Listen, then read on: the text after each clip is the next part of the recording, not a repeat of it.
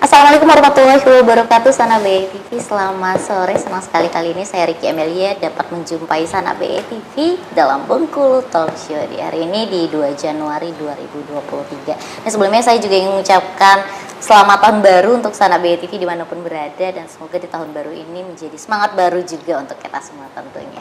Dan Sana BE TV di sore hari ini kita akan berbincang-bincang dalam Bengkulu Talk Show dengan tema kontrol penerapan UMP 2023, tentunya dengan dua narasumber istimewa saya hari ini yang sudah hadir di studio. Ada Bapak Tri Oktarianto SHMH, beliau merupakan Kasih Pengupahan Jamsos dan juga K3 di Snaker Trans Provinsi Bengkulu. Assalamualaikum, selamat sore. Waalaikumsalam warahmatullahi wabarakatuh. Selamat sore, Mbak. Iya, dan selain ada Bapak Tri Oktarianto, hari ini juga hadir bersama kami Ketua DPD KSPSI Provinsi Bengkulu, ada Bapak Aizan Dahlan SHMH. Bapak, Assalamualaikum, selamat sore. Selamat sore. Iya. Mereka. Iya, sebelumnya Bapak-Bapak ini terima kasih sudah hadir di studio BE TV di sore hari ini di tengah kesibukan tahun barunya ini, Pak.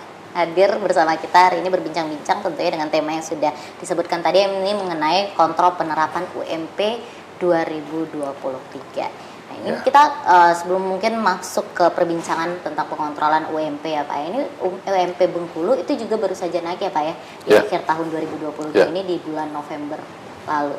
Ini seperti apa Pak untuk kenaikannya itu sendiri? Alhamdulillah memang UMP kita sudah ditetapkan dan sudah mulai berlaku di tanggal 2 Januari ini. Jadi UMP, UMK Kota Bengkulu, Kabupaten Bengkulu Tengah, dan Kabupaten Mukomuko hari ini sudah mulai berlaku semuanya. Pertanggal 1 Januari harusnya, karena 1 Januari kemarin hari Minggu kan, jadi pertanggal 2 ini insya Allah yang menerima gaji ini sudah masuk UMP baru. Sudah masuk UMP. Di tahun 2023. Baik. Nah memang kemarin memang ada dinamika terkait penetapan UMP dan UMK, ada lahirnya Permenaker 18 yang baru, akhirnya agak mundur-mundur dikit. Nah ya akhirnya semua sudah dijalankan dan juga sudah ditetapkan oleh Bapak Gubernur. Untuk UMP kita alhamdulillah tahun ini naik 8,1%. 8,1%. Ya. Berapa tuh totalnya jadinya Pak? 8,1% itu jumlahnya Rp2.418.280. Oke, untuk UMP. Ya, hampir naik 180.000. Baik-baik. Ya alhamdulillah lah, memang kalau itu ini. Tapi memang ini kan perjuangan dari Bang Aizan dan kawan-kawan itu. Berjuang ya untuk kenaikan UMP. Baik, kalau untuk menentukan UMP ini tadi sudah naik ya sekitar sampai 2.400.000 naiknya. Nah ini untuk menentukan kenaikan UMP sendiri tadi disampaikan oleh Bapak Tri Okta bahwasanya ini perjuangan juga nih dari Bapak Aizan sendiri dan kawan-kawan lainnya. Ini yang menentukan untuk kenaikan UMP sendiri apa sih Pak sebenarnya? Sebenarnya kemarin itu terima kasih sebelumnya ya.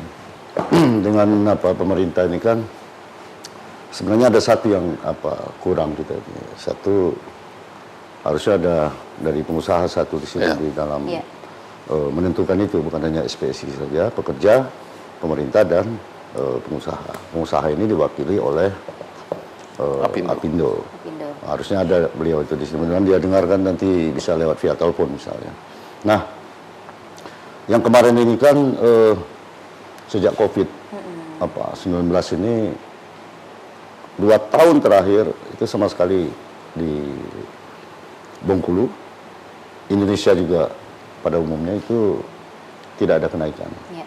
Bengkulu itu hampir 0% di tahun pertama COVID. Tahun kedua 1% apa enggak sampai segitu. 1%. 1% cuma kenaikan itu. Nah, sebenarnya bukan itu persoalan di kita ini. Kalau dahulu kan kita menganut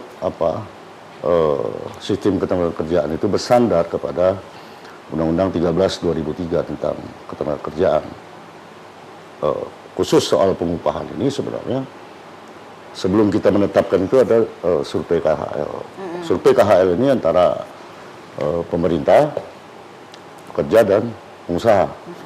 Rombongan Bung Okta turun juga untuk mensurvei kami dari pekerja, kemudian dari pengusaha diwakili oleh Apindo. Nah, ini kan ada fenomena baru. Seharusnya di 2000, kemudian muncul aturan baru, PP baru 78/2015, melihat sebenarnya sejauh mana upah layak di provinsi ini. PP 78 itu merubah sebuah skenario sebagaimana Undang-Undang 13/2003. Apa skenario itu? Kita tidak ada lagi survei untuk mengecek bagaimana kenaikan soal upah secara nasional, skala nasional. 2015 berarti berakhirnya 2020 pada 5 tahun itu.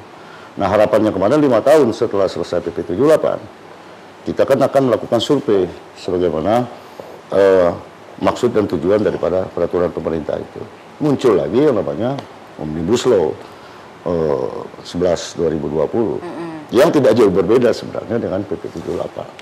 Sampai berakhir Omnibus Law, sekarang ini muncul lagi Perpu nomor 2 tahun 2022.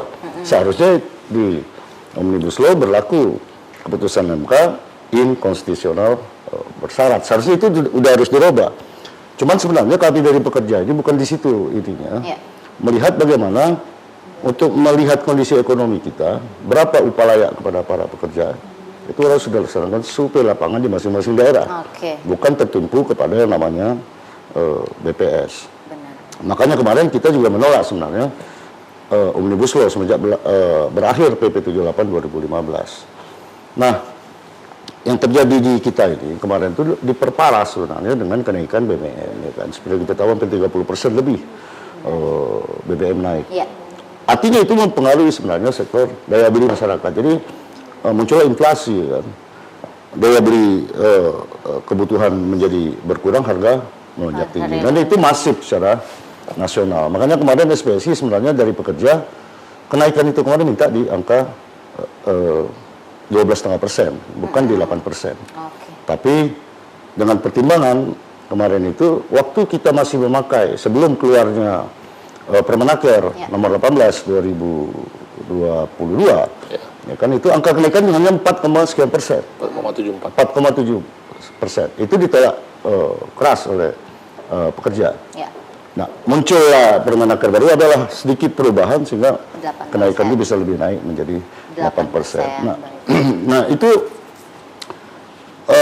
sebenarnya dengan pemerintah kita ini seharusnya, walaupun undang-undang menyatakan bersandar kepada hasil analisa Badan Statistik, Pusat Statistik, seharusnya kita melakukan survei itu. Itu yang harus didorong. Makanya seharusnya ini diakomodir di dalam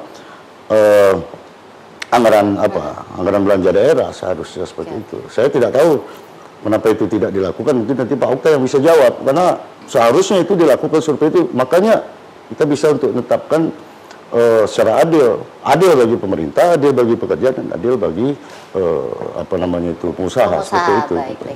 Benar, jadi sebenarnya menjadi pertimbangan kenaikan ataupun upah dari UMP ini sendiri itu adanya kelayakan untuk pekerja juga seperti itu ya Pak ya. Tapi nanti juga ada pertanyaan dari Bapak langsung, mungkin nanti Bapak Tri bisa langsung menjelaskan ya Pak ya. Namun kita rehat sejenak untuk Sana BI TV, jangan kemana-mana, kami akan segera kembali tetap di Bengkulu Talk Show.